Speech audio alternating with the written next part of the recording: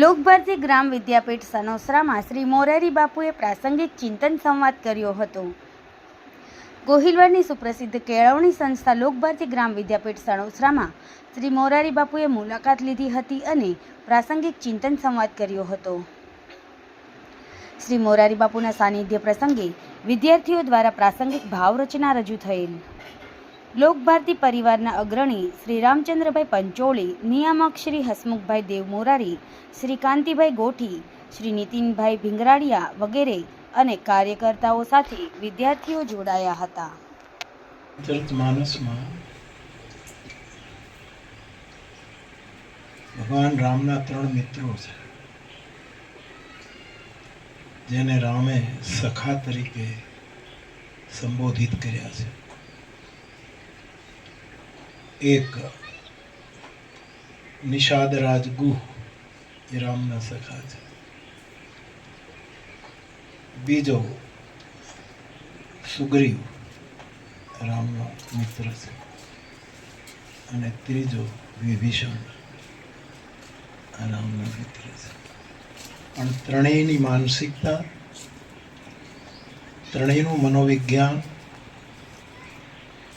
વિચારો ભિન્ન ભિન્ન છે.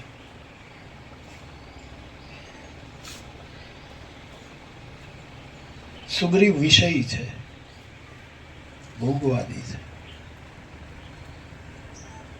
અને તેથી એ રામની પાસે રામને સેવે છે, રામની સાથે મૈત્રી રાખે છે, પરંતુ એનું ફળ ઈચ્છે છે કે મને સુખ મળે. વિષય હંમેશા ફળોથી મુક્ત ન થઈ શકે અને એની મોટામાં મોટી માંગ હોય છે હું સુખી થાઉં.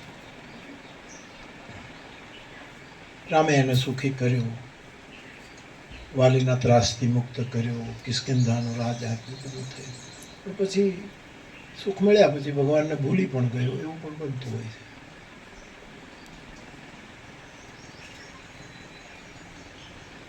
વિભીષણ એ વિષયી નથી, સાધક છે. કારણ કે લંકાના વાતાવરણમાં રહીને સાત્વિકતાને ટકાવી રાખવી એ સાધક સિવાય બીજો ન કરી શકે. તો વિભીષણ મારી દૃષ્ટિએ સાધક છે.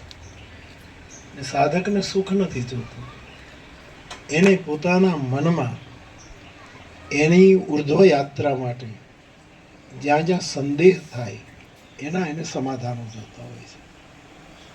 અને તેથી વિભીષણ રામને સેવે છે જીવનના ઉર્ધ્વગમન માટે, જે કંઈ બાધા આપતી હોય એમાંથી મુક્ત થવા માટે, અને પ્રભુએ એ કર્યું. પણ એક ગુહ રાજા, સમાજથી તિરસ્કૃત, અસ્પૃશ્ય, સમાજનો છેલ્લો માણસ જે સ્વીકારાયો નથી. પણ તુલસીદાસજી એમ કહે કે ગુહરાજ નિષાદ વિષયી પણ નથી, સાધક પણ નથી, પણ એ સિદ્ધ છે. હવે જે સિદ્ધ હોય એને રામની સેવા કરવાની શું જરૂર, રામ સાથે જોડાવાની શું જરૂર? ભગવાન રામે પૂછ્યું કે તું તો સિદ્ધ છો, એટલો મોટો સિદ્ધ છો કે આખા જગતને હું પાર ઉતારું, તું મને પાર ઉતારે છે. એટલી મોટી તારી સિદ્ધિ છે, તો પછી તું મને શું કામ સેવે છે? બહુ સરસ જવાબ આપ્યો. છેલ્લો માણસ સમાજનો, જેના માટે આપણી આવી સંસ્થાઓ કાર્યરત છે.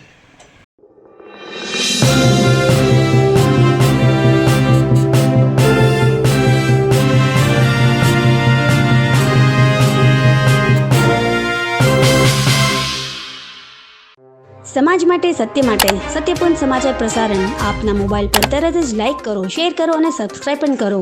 અને હા, ઘંટડી વગાડવાનું ન ભૂલશો. આભાર.